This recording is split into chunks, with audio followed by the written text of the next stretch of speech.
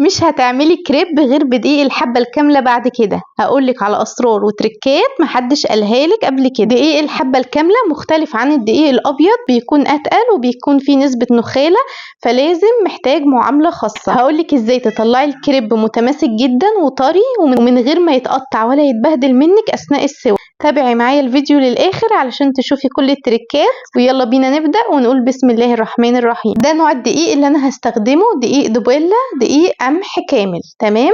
بصي عشان اسهل عليكي الموضوع، ولا هنستخدم ميزان ولا كوبايه معياريه ولا اي حاجه، اي مج او اي كوبايه عندك هتستخدميها وتعايري بيها زي كده بالظبط. اهم حاجه توحدي الكوبايه، يعني الكوبايه اللي هتعايري بيها الدقيق تكون هي نفسها اللي هتعايري بيها الميه. اول حاجه انا عايرت 4 كوبايات من الدقيق، وبعد كده هجيب الخلاط بتاعي واحط فيه 4 كوبايات ونص من الميه. هحط كل المقادير بتاعتي في الخلاط، 4 كوبايات ونص من المية، وهحط عليهم 4 كوبايات الدقيق. بعد كده هحط معلقة صغيرة من الملح، ومعلقة صغيرة من السكر، ومعلقة صغيرة من البيكنج باودر، و4 معالق كبار من الزيت.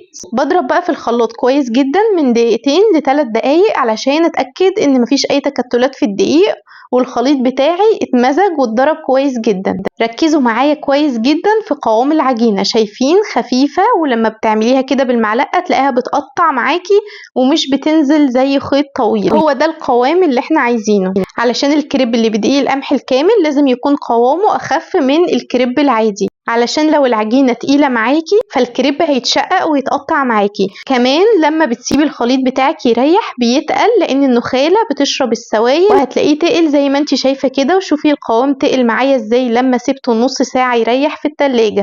اهم تركة لازم تعرفوها ان العجينة بتاعتنا لازم تريح لمدة نص ساعة في التلاجة قبل التسوية، ودي خطوة اجباري، يعني ما ينفعش تقولي هريحها او مش هريحها. لو العجينة ما ريحتش معاكي العجينة مش هتتفرد معاكي في الطاسة كويس وهتتقطع وهتلزق، وبصي كل المشاكل اللي هتقابلك بسبب انك انتي ما سبتيش العجينة تريح. فضروري جدا العجينة تريح لمدة نص ساعة زي ما اتفقنا. يلا بينا ندخل على التركات بتاعت التسوية اللي تطلع معاكي الكريب تحفة.